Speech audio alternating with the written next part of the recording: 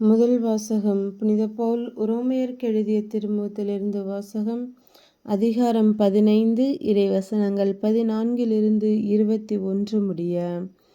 என் சகோதர சகோதரிகளே, நீங்கள் நன்னயம் நிறைந்தவர்களாயும் எல்லா அறிவும் நிரம்ப பெற்றவர்களாயும் ஒருவரை ஒருவர் அறிவுறுத்தக்கூடியவர்களாயும் இருக்கிறீர்கள் என நான் உறுதியாக நம்புகிறேன்.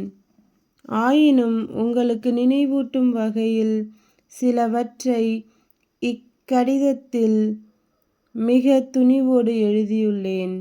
நான் கடவுளின் அருளை பெற்றவன் என்பதால்தான் அவ்வாறு எழுதியுள்ளேன்.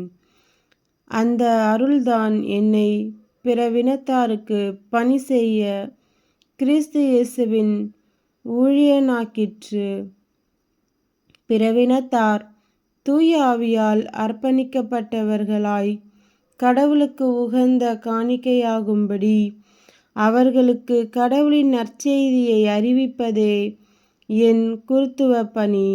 ஆகையால் கடவுளுக்காக செய்யும் இந்த பணியை முன்னிட்டு கிறிஸ்து இயேசுவுக்குரியனவாகிய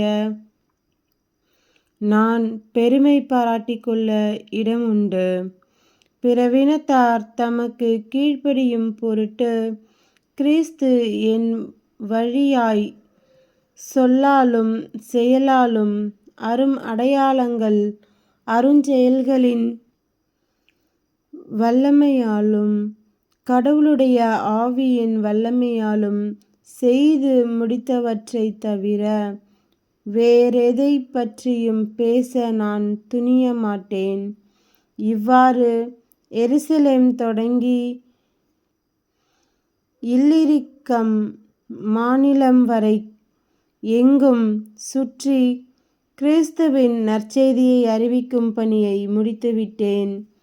கிறிஸ்துவின் பெயரை கேள்விப்படாத இடங்களில் மட்டும் நற்செய்தி அறிவிப்பதே என் நோக்கமாயிருந்தது.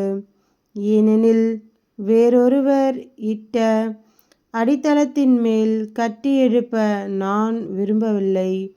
ஆனால் தங்களுக்கு சொல்லப்படாததை அவர்கள் காண்பார்கள், தாங்கள் கேள்விப்படாததை அவர்கள் புரிந்து கொள்வார்கள் என்று எழுதியுள்ளது அன்றோ?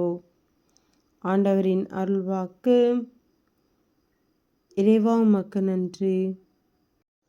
நற்செய்தி வாசகம். புனித லூக்கா எழுதிய நற்செய்தியிலிருந்து வாசகம்.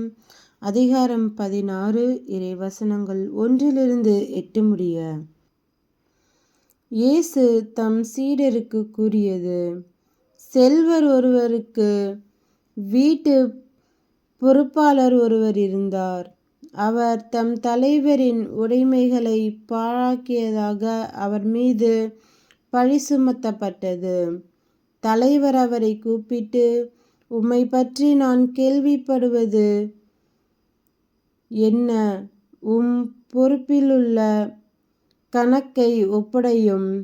நீர் இனி வீட்டு பொறுப்பாளராய் இருக்க முடியாது என்று அவரிடம் கூறினார். அந்த வீட்டு பொறுப்பாளர், நான் என்ன செய்வேன்? வீட்டு பொறுப்பிலிருந்து என் தலைவர் என்னை நீக்கிவிடப் போகிறாரே. மண் வெட்டவோ எனக்கு வலிமை இல்லை. இறந்து உண்ணவும் வெட்கமாய் இருக்கிறது. வீட்டு பொறுப்பிலிருந்து என்னை நீக்கிவிடும்போது பிறர் என்னை தங்கள் வீடுகளில் ஏற்றுக்கொள்ளும்படி நான் என்ன செய்ய வேண்டும் என எனக்கு தெரியும் என்று தமக்குள்ளே சொல்லிக்கொண்டார். பின்பு அவர் தம் தலைவரிடம் கடன்பட்டவர்களை ஒவ்வொருவராக வரவழைத்தார். முதலாவது வந்தவரிடம், நீர் என் தலைவரிடம் எவ்வளவு கடன்பட்டிருக்கிறீர் என்று கேட்டார். அதற்கு அவர் 100 குடம் எண்ணெய் என்றார். வீட்டு பொறுப்பாளர் அவரிடம், இதோ உம் கடன் சீட்டு, உட்கார்ந்து 50 என உடனே எழுதும் என்றார். பின்பு அடுத்தவரிடம், நீர் எவ்வளவு கடன் பட்டிருக்கிறீர் என்று கேட்டார். அதற்கு அவர் 100 மூடை கோதுமை என்றார். அவர், இதோ உம் கடன் சீட்டு, 80 என எழுதும் என்றார். நேர்மையற்ற அந்த வீட்டு பொறுப்பாளர் முன்மதியோடு செயல்பட்டதால் தலைவர் அவரை பாராட்டினார். ஏனெனில் ஒளியின் மக்களை விட இவ்வுலகின் மக்கள் தங்கள் தலைமுறையினரிடத்தில் மிக்க முன்மதியுள்ளவர்களாய் நடந்து கொள்கிறார்கள்.